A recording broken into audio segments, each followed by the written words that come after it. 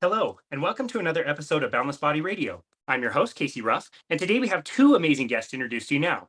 Bronson Dant is a returning guest on our show. Be sure to check out his first appearance on episode 271 of Boundless Body Radio. Bronson Dant is a CrossFit Certified Trainer, a certified personal trainer, and is certified in the Functional Movement Screen, or FMS. In 2018, Coach Bronson discovered how an animal-based nutrition lifestyle optimizes metabolic health and performance. Since then, he has designed specific methods to use both nutrition and fitness to radically improve the lives of people all over the world. Coach Bronson is the author of the Ultimate Ketogenic Fitness Book, a complete guide to optimizing keto for a better quality of life. He offers a coaching program, one-on-one consultations, and runs a very successful life transformation bootcamp for people from all walks of life. We are also joined by Bronson's counterpart, Natalie Grasso. Natalie is a certified health and life coach, personal trainer, and nutritional therapy practitioner specializing in low-carb and ketogenic nutrition for body transformation, with a focus on emotional eating and behavior change. She is also a WBFF Diva Bikini PRO competitor. Guys, welcome to the show. Hey, glad to be here. She's a diva. I always love it when people call her a diva. I am a diva. As the hair flips. Nice. I didn't know if that was part of the actual official title. I just took that right from your website. And I also didn't know if you're current or former. I believe you're still a pro, aren't you? Yes, indeed. I am top 5 Miss Wellness USA as of December 2022. Amazing. Congratulations. That's so cool. Thank you. I'll be going for that champion title this year. That's amazing. I don't remember that being like the side-by-side to like the Miss America or whatever. It should be. It should be, right? It should be. Yep. Absolutely should be. Okay, I've got to clarify something with you guys. So as I understand it, you guys started dating and it was kind of a long-term thing, right? Like you were kind of traveling back and forth. And I think Natalie, weren't you spending like 2 weeks at a time with Bronson? Yeah, I couldn't get rid of her. Couldn't get rid of her. Okay. Me to come back. She came to visit once and then never left. I don't know what happened. Don't know what happened. I know what happened. I've got a theory. So Natalie has been low carb for quite a while, but not necessarily carnivore. She's, played with it a little bit. So she comes to your house. You've been carnivore. So you start cooking for carnivore. Natalie starts feeling amazing, starts swooning over you, thinking she's falling in love with Bronson, when actually it's a carnivore diet fixing her inner well-being. And that is the whole reason why we're here. That is amazing. I love the connection. How did you make those connections? That's absolutely fantastic. It was really the beef and eggs. The beef and eggs. On the pheromones of the beef and eggs. See, now she's so associated beef and eggs to me that she can't tell the difference between the two. So I am kind of like beef and eggs. Yep. No, this is just the hard-hitting journalistic work that we do here at Balanced Body Radio. Now, here's the problem. So she goes home, she eats a carb, she feels all sad again. Now she misses you. Now it's really going to work. Bronson, you can never let her have a carbohydrate, ever. Not while she's around me. Exactly. This is how we can promote the diet to single men. And women. You want to get that woman to come back? Carnivore. I love it. That's how you know you found the right woman. Feed her meat, but there's a little extra innuendo there. That's great. Always around here. Always around here. That's amazing. Well, I love you guys. It was so great to hang out with you at KetoCon 2023. Okay, a con to KetoCon. And yes, I've been thinking of that pun all day. One of the cons of KetoCon is that there's so much going on at any one time. You kind of have to pick and choose. And so one of the very first names that I saw that was presenting at KetoCon, another former guest of our show, Dr. Kevin Stock. There was no chance I was ever going to miss his show. And then I saw that you guys were scheduled to give your breakout presentation at the same time as Dr. Kevin Stock. I didn't get to see your presentation. That's okay. We'll talk. You want us to talk about what we talked about? Yes. So I wanted today to be the redemption. I wanted to bring you guys on so that we could talk about some of the same things that you were talking about in your presentation. I heard lots of amazing things about it. Dr. Kevin Stock did such a good job with his talk too. So no love lost by going to him, but I feel like I missed out and I wanted to record some of what you guys presented so that it can live on in podcast land forever. So I would love to get to that. We should have had our presentation all up and we should have gotten like the whole thing. On the screen. Before we do, yeah, good. Yeah, no, before we get into that, though, I do want to hear your personal story. So, Bronson, we heard part of yours last time you came on. Natalie, we Yeah. have not heard yours as well. So, can we hear some of your history and how you guys got into low carbohydrate and ketogenic health to begin with? Yeah, just to recap mine real fast. I was in my late 30s. I was overweight, had IBS, urgent bowels, started with fitness, got that kind of locked down. And then it wasn't until many years later that I found carnivore, put the two things together. And for the past 5 years, I lost the weight, I fixed the health issues, and I've been doing fantastic. So 5 years carnivore, 12-ish years doing CrossFit. The combination of fitness and nutrition has been my solution. That's kind of where Wow. If You and I see this recorded. man with his shirt off, you would never know he's 51. I mean, That's even amazing. his face. That's amazing. Bronson, I asked you on a separate piece of content that you and I created together. It was a shorter video. I asked what would happen if I took away the carnivore diet from you, and I think you said you were going to punch me in the face. So I'm not going to do that. don't. I said that you wouldn't. It's not something I would allow anybody to do. That's amazing. Yeah. You talked about the IBS last time. Tell us how severe it really truly was. Some of these stories were just insane. Oh boy. So Nat and I were literally just talking about this the other day because I had, I think we may have talked about this on something we did recently where it's like, you're so far separated from the pain that you used to live. I mean, I've been healthy for over 5 years, right?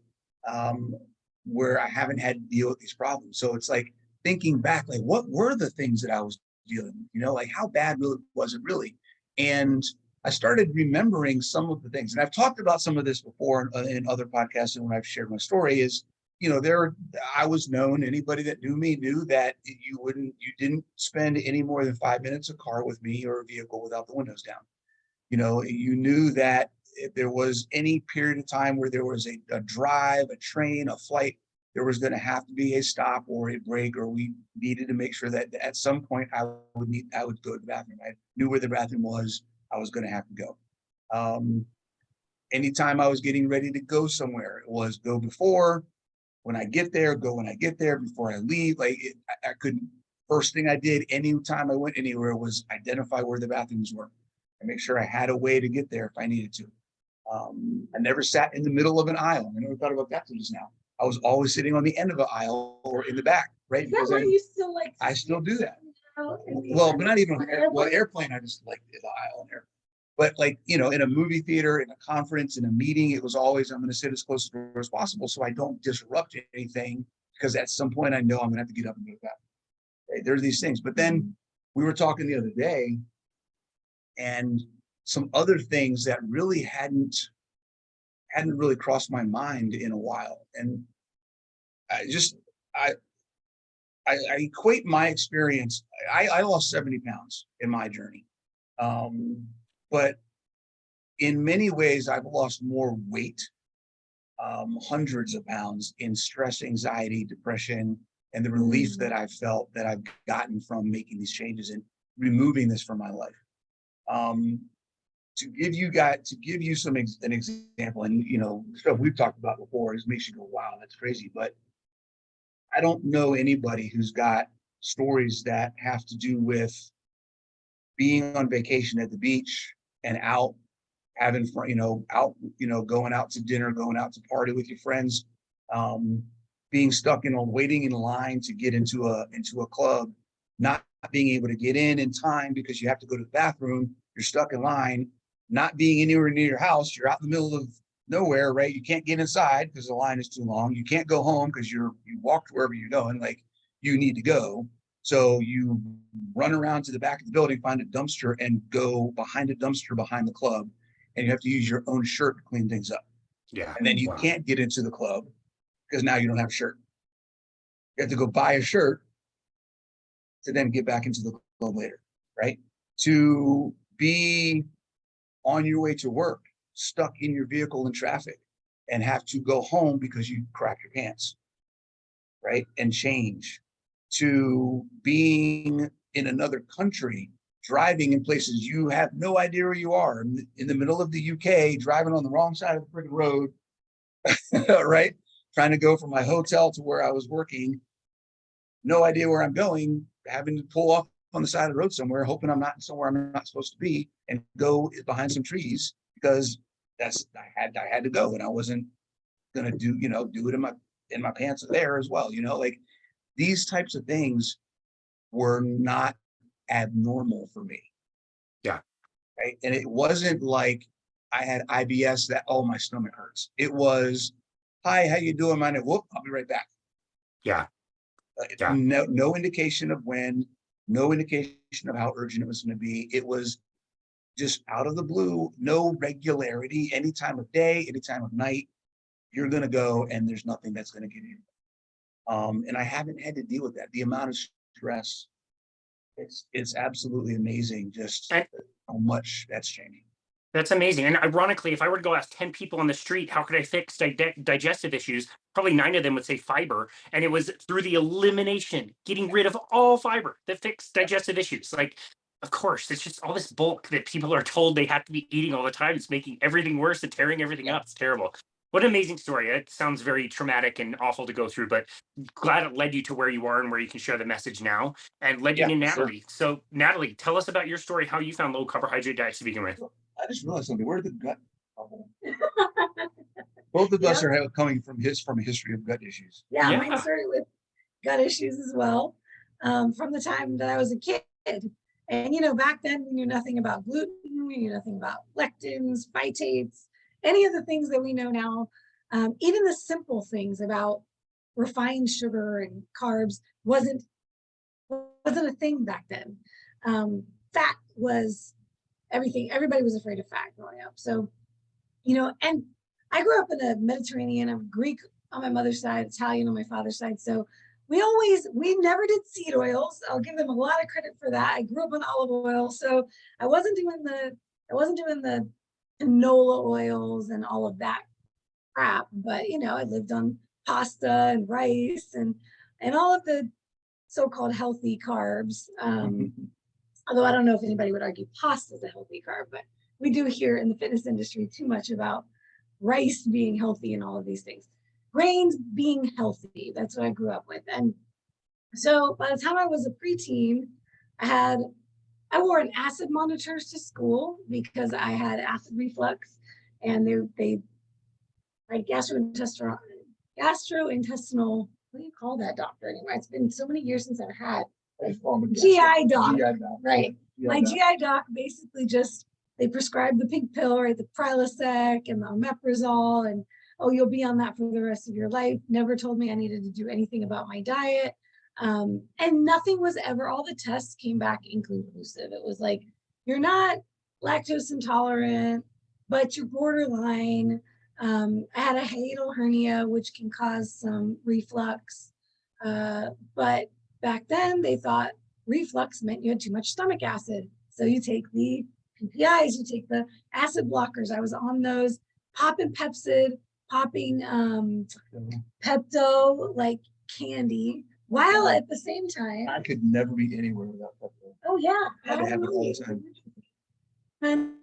And at the same time, always dealing with really bad cycles since I got my first cycle when I was 11 years old. So my menstrual cycle was so bad, I would be taking 3 Advil at a time, multiple times a day, for at least for that week out of the month, except for the times that I tried every different birth control there was, because that's what they tell you is the only thing you can do to fix your cycle.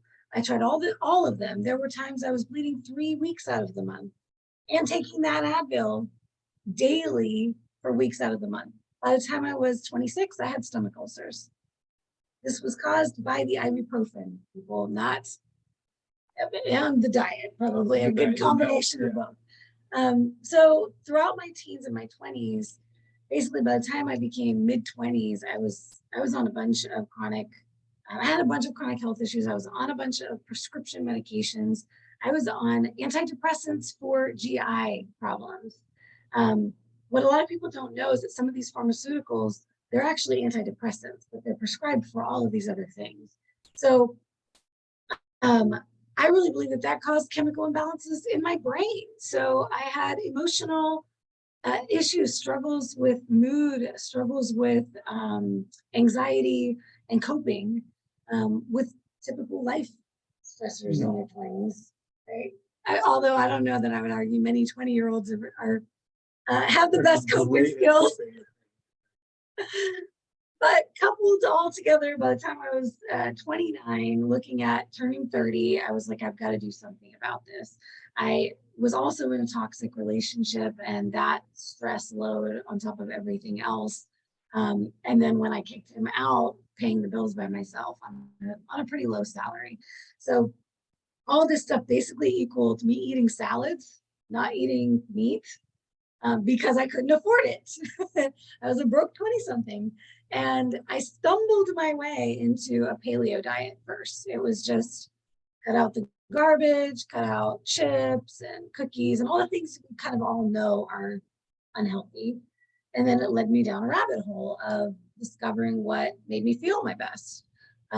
It all kind of started with a Lenten sacrifice one year. I was pretty religious, really hardcore Catholic at the time. And so I gave up dairy that year. This is 2011. And my skin cleared up, my mood improved, I lost weight. Everybody started complimenting me, asking me what I was doing. I was like, I just gave up dairy for Lent. The following year, I decided to give it up again, but I started reading labels. And I said, well, I'm not going to eat anything that's made with dairy. And that's really when the biggest change started to happen. And I started to notice there was something there.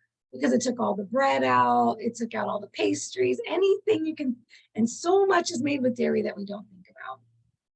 So that's really where I started to notice what was in food. I started reading labels and I was looking for the dairy, but I was finding all these things I didn't know what they were.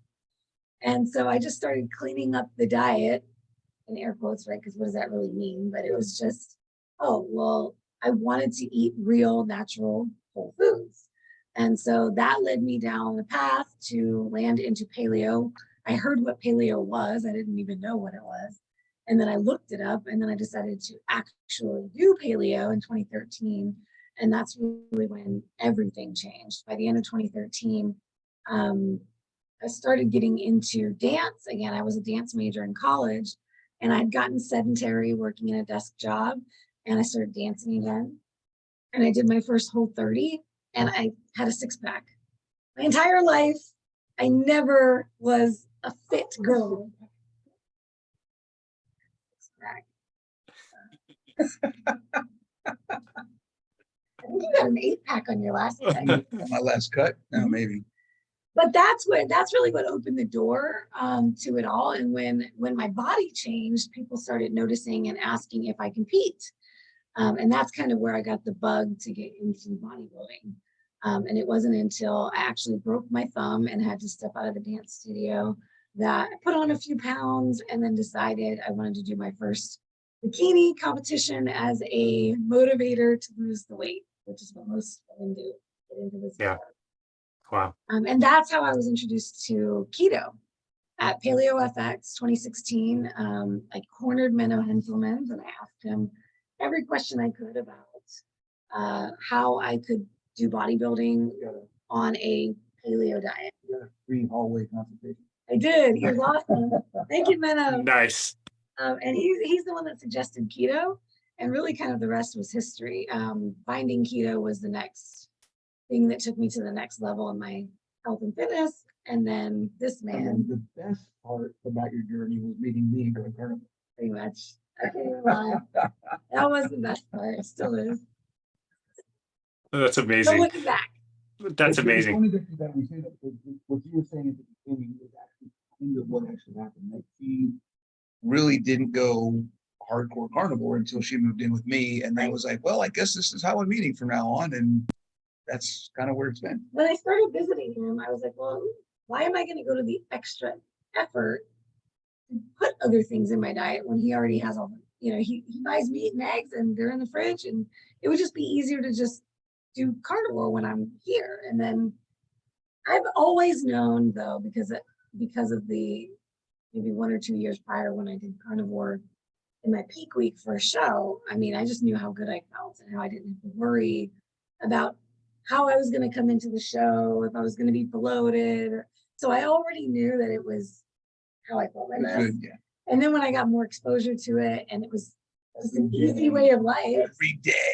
I was like, yeah, I can do this. I don't miss the veggies. And look, for those women and men out there who think you love veggies and you could never live without them, I used to eat the biggest salads. I had a big ass salad for lunch every single day and I loved it. And I was a big fan of like Brussels sprouts, kale, and I was that person. I was always making a ton of veggies. And I tell you, I don't miss them at all. For anybody that says they miss their veggies, I want you to try something. Eat your veggies like you normally would, with no seasoning, no oil, and no salad dressing. And then tell me if you miss those veggies.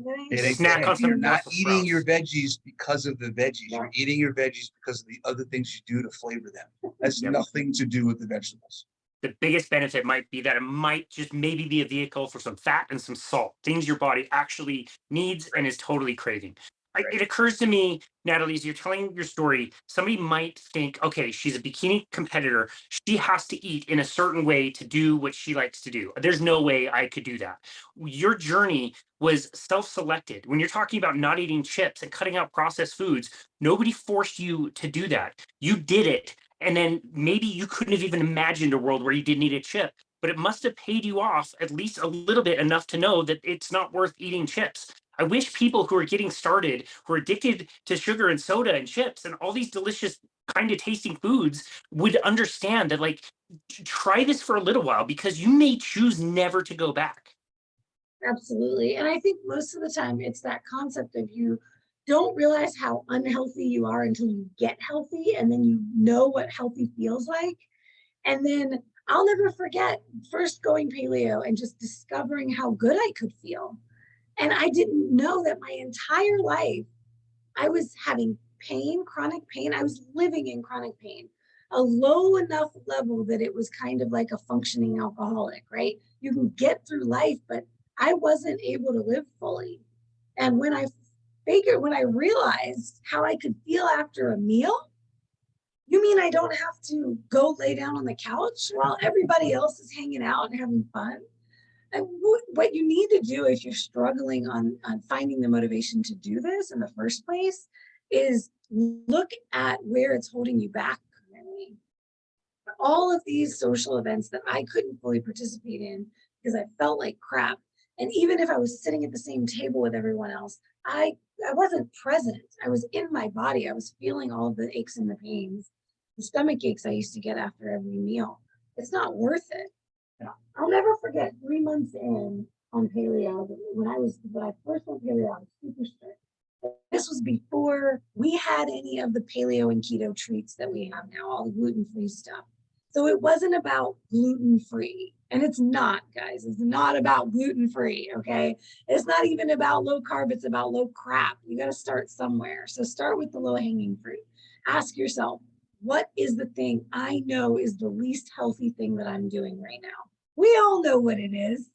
We all do. Nobody's really ignorant to that fact. You ask yourself that, you know what the big problem is, and focus on that one thing. If you stop and get donuts every day, it's the donuts, right?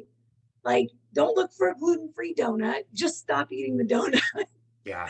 I went to this cafe, this Italian cafe, and it was 3 months in, and I had been super strict, and it was like learning to taste food the way it is without adding a bunch of stuff on top, sauces and cheeses and all of that.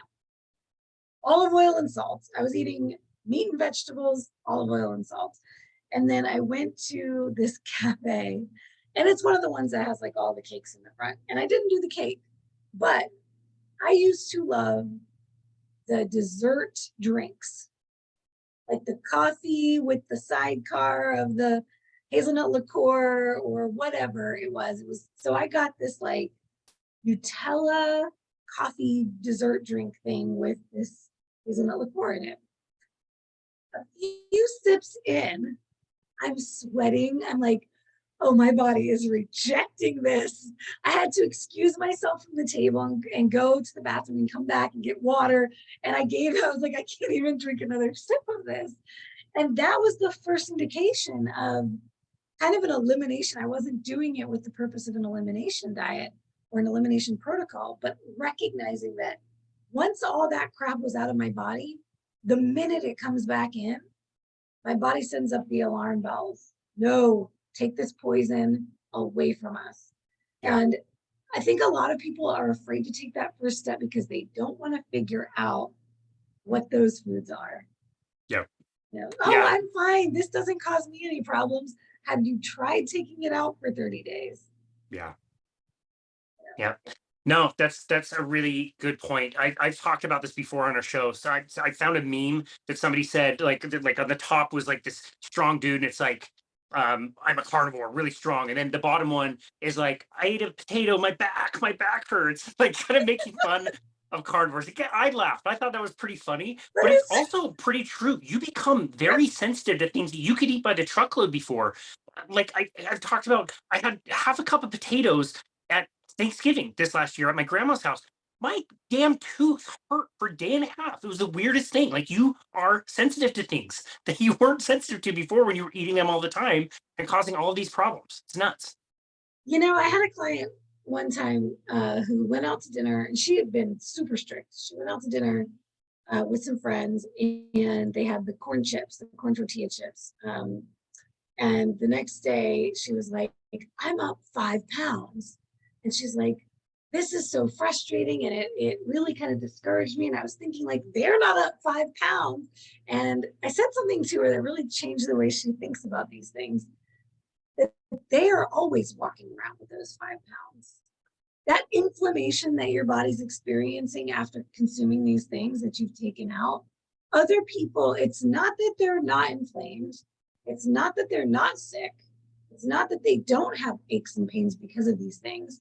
It's because they've become so desensitized to it throughout their life that they don't even recognize. And if they were to take it out, they would feel the difference too. I like to equate it to first responders. If you go to an area, you've got first responders, EMT, ambulance, fire, police, you got all these people that are out there trying to take care of problems.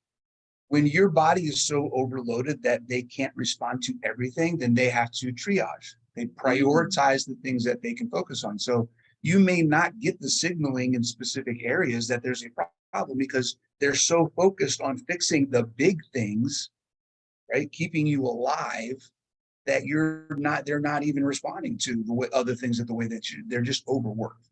So, everyone's got, when you're unhealthy, you've got one or two things that are a problem, they bother you, you need to work on them.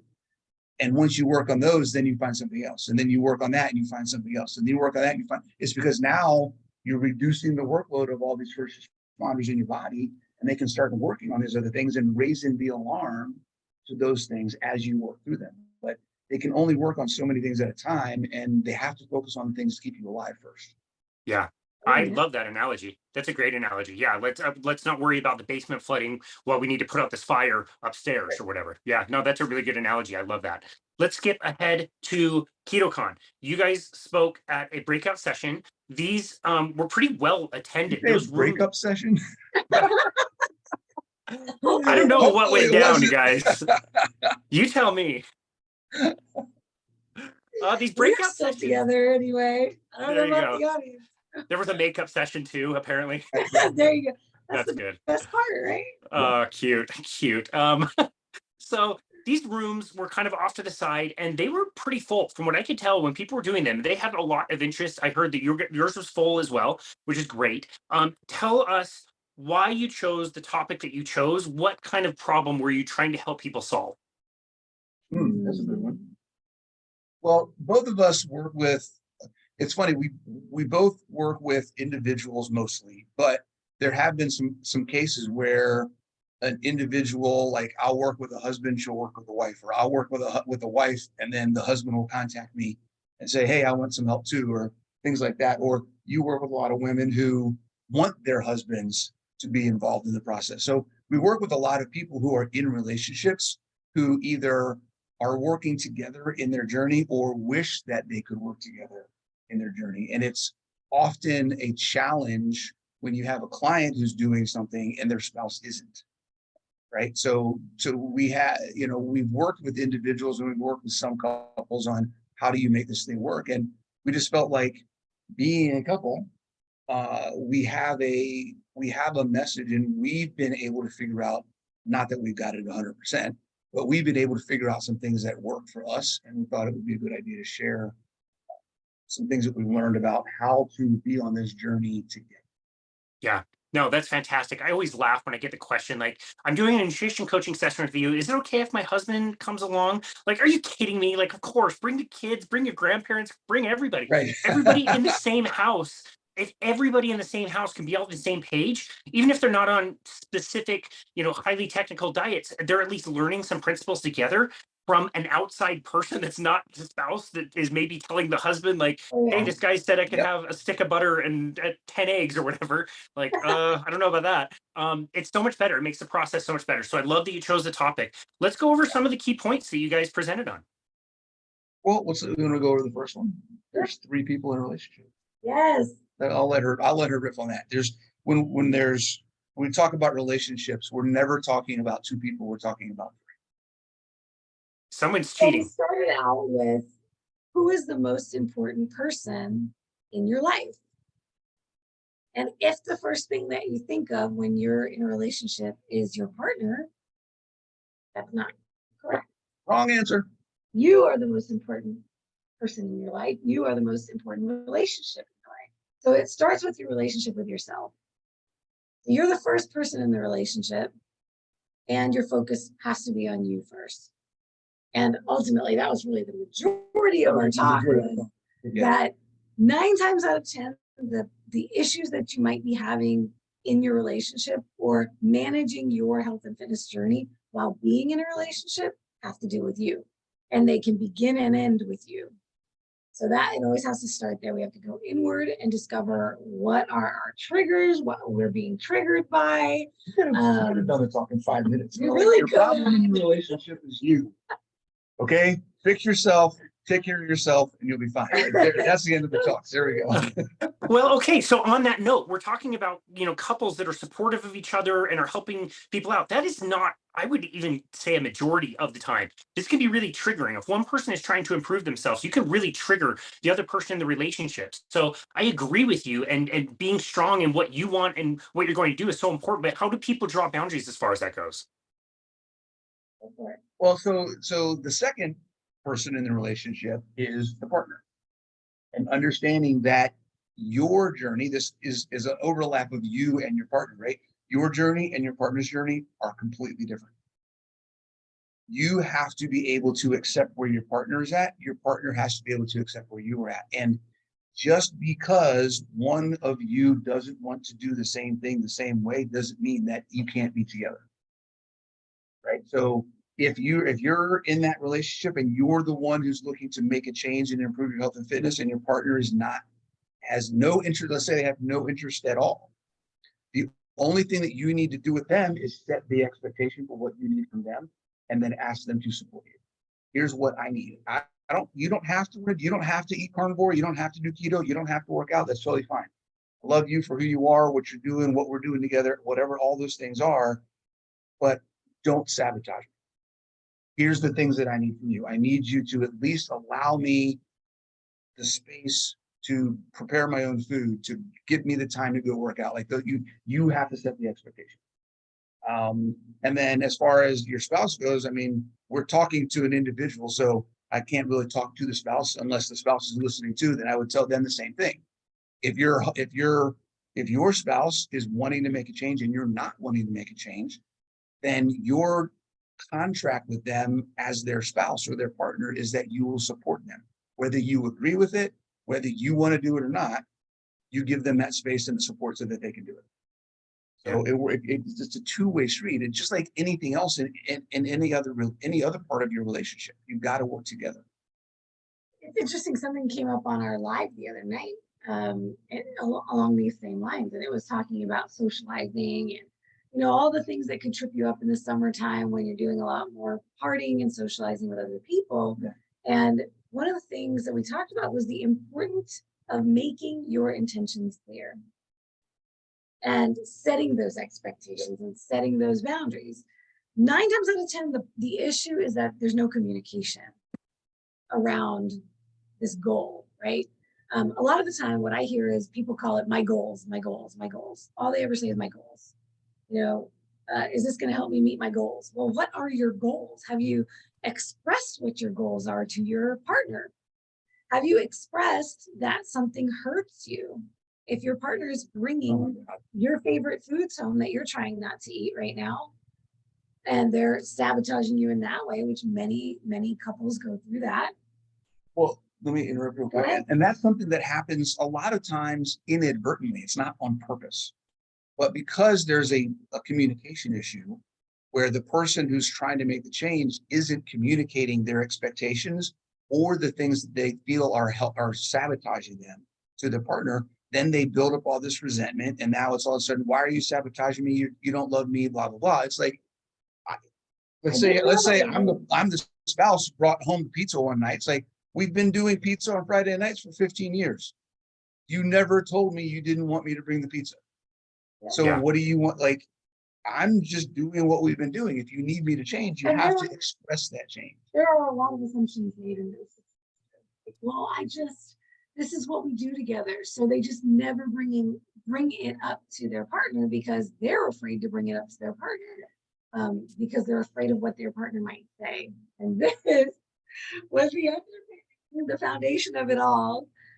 In order to have this kind of open communication, we have to prime safety. Uh, To feel safe, being able to share anything they want to with you without a fear of judgment. Yeah.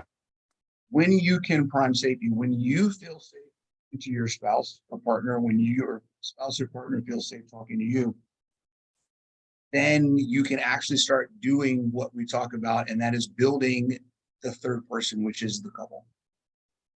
Without that safety, you will always be two separate individuals, and you never really fully realize that third person, which is the two of you together working together in a synchronous, symbiotic kind of lifestyle. And that's what you're trying to get to. So it takes communication, it takes open and honest communication. Mm-hmm. It takes setting expectations, and it takes having a safe space to make those conversations happen, to ask for things. That's a whole other issue we talk about too, right? Too many people are afraid to ask for what they want Or need. Or understand what they need. The other person. Yep. That's great, but if you're not getting what you need, then you can never be fully realized as your individual. Right. I think did I mention when we talked about Maslow's hierarchy? Yeah, we did. We talked about Maslow's hierarchy of need and how you have to feel safety and you have to have all of these things in order up to the top of self-realization. If I don't have food, if I don't have shelter, if I don't have safety, if I don't have all of these things taken, I can never realize myself. Right. And it's the same for the couple as an individual.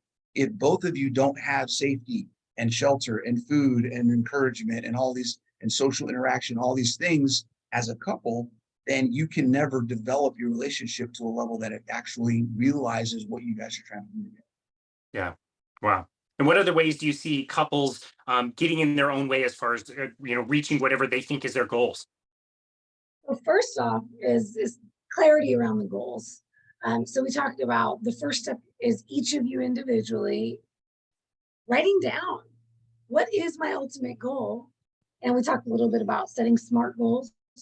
So you can kind of reverse engineer that and come up with what are the objectives you're trying to accomplish right now so that you can get to that long-term goal individually, and then sit down and share those with one another. Have a listening session where one person shares theirs and the other person's just there to listen, and vice versa. And once you've done that, now you two can sit down at the table and decide, well, what is this entity that is the relationship? And now how do we blend these goals, these individual goals, to create goals for the couple? And with that clarity, now you have a direction where you're both going. So your individual goals may be different. So then you can ask, okay, well then what does the couple need? What does the couple need? And that's where you start getting into the reality, right? The on the ground. What does our schedule look like? How do we support these goals? We got to move the kids around here. We got to go shopping here. This is when you can do that. I can do this. That's where those types of things those conversations can happen. But until you know what you're actually trying to do and you've expressed what you need to each other, you can't have those practical discussions. Mm. Right? Yeah, So you that's got to great. do that. I think one of the other things that people do, there's two other things I think we talked about. One was comparison. Oh, that's a huge Okay, one. comparing your journey to the other person's, and then the other one is the what did I say? The difference between enabling and facilitating. Mhm. Right. So we tend to enable. What we need to do is facilitate. Right, and just putting a negative connotation on the enablement term and a positive connotation on facilitation. I don't want to enable habits that are going to keep you as my partner getting Stuck. where you want to go. Hmm. What I want to do is I want to facilitate your ability to move forward. Right? Yeah. So that's kind of the difference there. And then on the comparison, well, we see it all the time. Oh My boy, husband's doing this, the and he's man losing all the loses weight. You know, struggling with the same 5 all these different things, and it's like we've had couples who literally husband and wife, who for months working with us, after months working with us, had the epiphany that they don't need to eat the same amount of food as each other when they eat. Like they were so stuck in this, we have to make this food and split it up so that we have the same amount of food to eat. That way we can eat at the same time. It takes the same amount of time. It's twice as much as I do. And the woman is wondering why she's not losing any weight. And it's like, because you're eating twice as much food as you need to be eating. Because you're eating, your husband's 6'5", 300 pounds or whatever, and you're not, and you're trying to match him bite for bite. It's like, it doesn't work that way. I don't know if you've heard Joe and Rachel were the same way. Joe and Rachel, two crazy ketos. Their story is very similar. A couple of years ago, they were talking about they realized, hey, wait a second, we're in a situation where they felt like they couldn't eat without eating together. Like if Joe was hungry, he would eat and hide it from Rachel because he was hungry before she was hungry. But then when she was hungry, he would eat with her so that they could eat together. Like Netflix shows. But then if she wasn't, if she wasn't hungry and he was hungry and they had to eat together, she would eat anyways, even though she wasn't hungry. Like it's just such a disordered thought process of trying to be the same as each other. You're different people. You have different needs, different goals. There are times where I'll eat 3 hours and things about eating. I was going to say that's we just kind of eat whenever we feel like it, and sometimes we eat together. We wouldn't think about because it's just normal for us, but this could be revolutionary for some people. Eat when you're hungry. You don't have to have meal times as a family, even with your kids. You may want your kids to be on a structured time schedule because they have activities and they have bedtimes and things that you have to work through. And many of us did that our whole lives with our jobs too, right? We were forced into taking breaks at certain times, and so we had to eat. And many people still have to live that way, and that's fine. You do the best you can with your schedule. We have the flexibility to eat when we want to, and we do. Yeah. We don't wait for each other. We don't have any expectations around meal times unless we have a social event we're going out to. Yeah. We have a certain time that we're going to be doing that. Yeah, this actually brings up an interesting dynamic that, what if your family time wasn't focused on food? What if your family time was focused on actually doing something together instead of just eating together, right? How much actual family time do you get when you sit down, you all eat together, then you get up and then you leave? And even worse, if you have the TV on while you're having dinner. Right. So a lot of people are stuck in this, well, we got to have together time, but they're not really getting together time. They're getting sit around in the same space time, but it's not the same thing. If your kids were allowed to, because you only have good options in the fridge, you've only got bacon, meat, eggs, cheese sticks, sausage, power pucks. If you don't know what that is, I'll tell you what power pucks are. It's right. Amazing. Okay. Tallow, and it's fantastic. I'll tell you about those. Like if you only have good options in the fridge, and your kids could be like, I'm hungry, I'm gonna go get some bacon whenever they want. You don't have to worry about whether it's good for them or not, if they're going to overeat it or not. It's bacon. If they're hungry, they're going to eat it. So they can go get the food that they need to get when they're hungry. Then when it's dinner time, what if we didn't have dinner time? What if we had, hey, let's all get together and read a book time, or let's do a puzzle, or let's play a game, or hey, let's all go for a walk together. And that was that time. Or just sit and talk. How was your day? Right? And that stuff doesn't happen now, because when we do get together, we're all focused on the food. And then we wonder why everyone's focused on the food all the time. Well, let's take the focus away from the food. Yeah, I love that. That's such a good tip. It's also a way that I see people make excuses. I have to coach around this all the time, where like, yeah, the parent is trying to follow a different diet, trying to change their life, but the kid is not. So they bring home crappy food, and inevitably the parent goes after the crappy food themselves when they didn't want to. And that can totally spin out of control. And they'll try to use it as an excuse. Like, well, my kid doesn't eat this exact way. He eats gummy bears, and then I ate all the gummy bears, and now I feel terrible again. Unless Like, your you're using kid- it as an excuse. Unless your kid is buying his own food and cooking his own food, you have absolutely not a single leg to stand on if you're buying crap for your kids.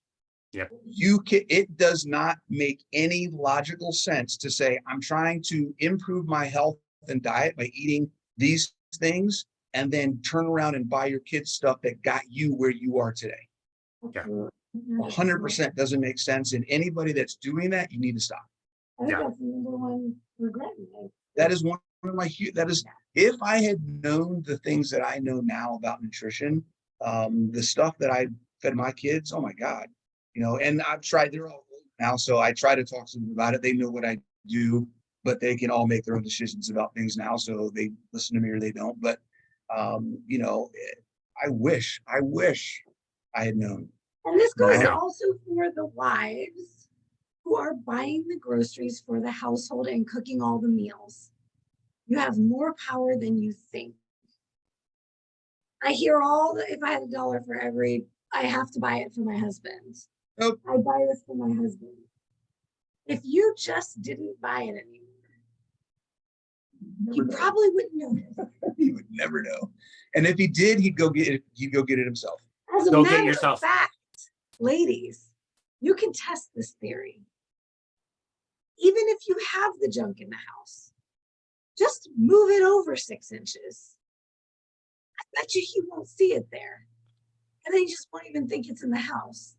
He knows why I'm That's laughing. great. Or if he does look for it, he won't know where to find I it. love the TikTok videos of the women moving things around, and then the Oh my man God. doesn't Have know you where seen it that? Have you seen those? I don't think so.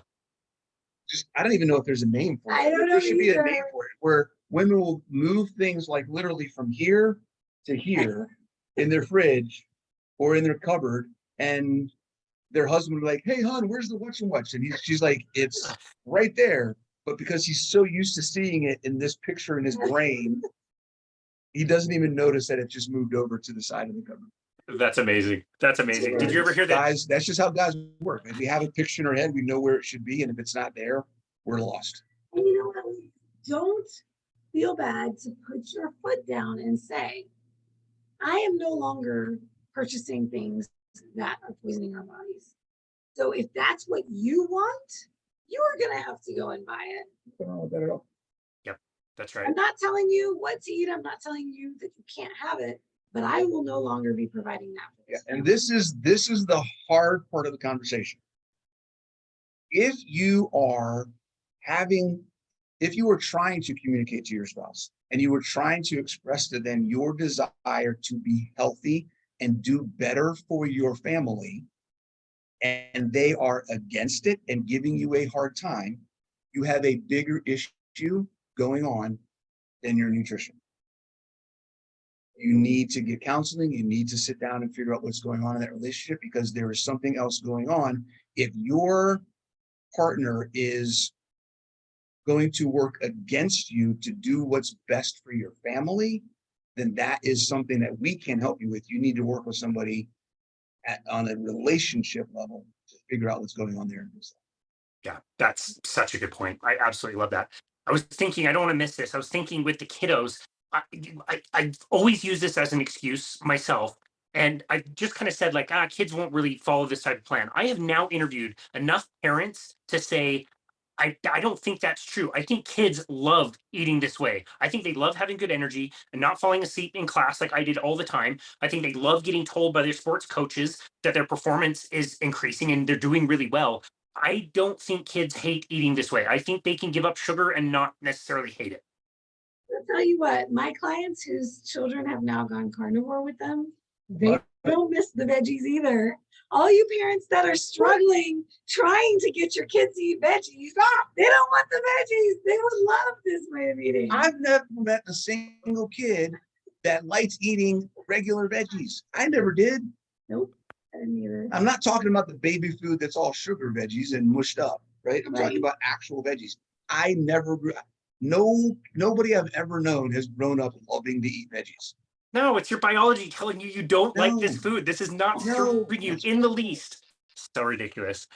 Well, this has been, I think, a super helpful conversation. I think it extends out more even towards couples and married couples. I think this can help us with all of our relationships. And in my opinion, this all goes back to what Natalie led with, knowing ourselves, the uncomfortable work of sitting with yourself, feeling your emotions, understanding that they're like clouds in the sky that pass, might be cloudy for a little while, but there's blue sky behind the clouds, and understanding that that is the most important thing that you can do to reclaim all of your health, I think is a wonderful message. I'm very bummed out I didn't get to see this presentation at KetoCon. I'm excited for the video to come out, and I'm super glad that we brought you guys on to record this today so that, again, this can live on in podcast land forever and ever in audio. You guys are a wonderful couple. Where would you like people to go to find you and connect with you and your work? Oh my gosh, we got all kinds of places, all kinds of things. So we got two things going on that we're doing together. One, we have a conference that we're hosting in Maryland in July. So July 14th and 15th, Antithetic, Baltimore. We've got a bunch of people coming in: Dr. Saivis, Maria Emmerich, Amy Berger, Dr. Hussey. I can't even think of everybody. Kim Howerton. My mom is speaking. If you guys have ever talked to my mom, she's speaking. We know all about your mom. Yeah. So that's going to be fantastic. It's a 2-day conference in the DC area, Baltimore, DC area. So come out to that. You can find that information at antithetic-conference.com. And Antithetic, in case anybody is wondering, is the whole concept of what we're trying to build with this conference brand, because we want this to be bigger than just one location, right? Our idea is we want this to spread around. And we talked about this, Casey, with some stuff. Antithetic is being different, embracing being different, embracing doing things differently, do things against the grain, do the opposite of what everyone's telling us to do.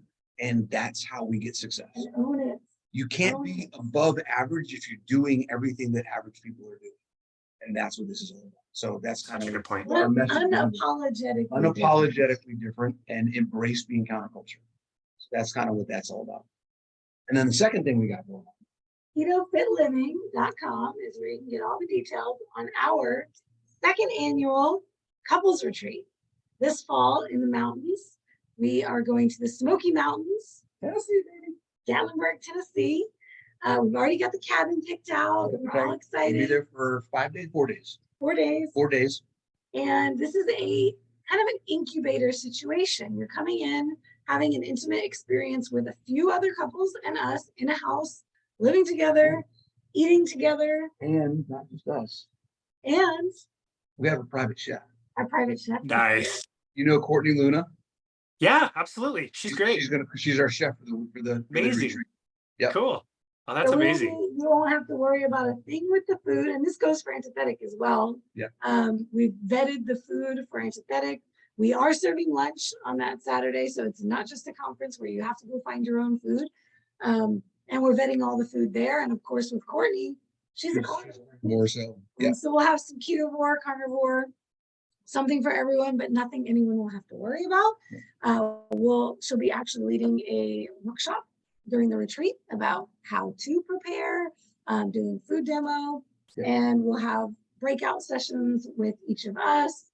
We'll be going a little bit on the woo side with me, on the fitness side with him, and of course, lots and lots about habit change, mindset change, communication as a couple, and the practical day-to-day things that's amazing. Most people don't have enough time with us to sit down and talk about all of that. That's amazing. Okay, here's your $1 million idea. Open up to singles and make it like a Love is Blind kind of situation. Invite a camera crew, pitch it on Netflix. That It is my has been. favorite show. That is. I do love that show. I love that And the show. singles have been asking for it. Yes. I Yes. typically avoid those shows, but my wife got me hooked on Love is Blind. So nice Yeah, little plug for yeah. them there. So the whole idea, and this is something for Keto Fit Living, is we're looking at this is going to eventually be more than just couples. We want it to be more of an event kind of thing. Yeah. Retreats and camps and all sorts of stuff. So That's awesome. Well, thank you guys so very much. We'll tag all of that in the show notes. And thank you for coming onto our show today to share your presentation. We really appreciate you both. thanks for having Thanks me. for having us. Absolutely. And this has been another episode of Boundless Body Radio.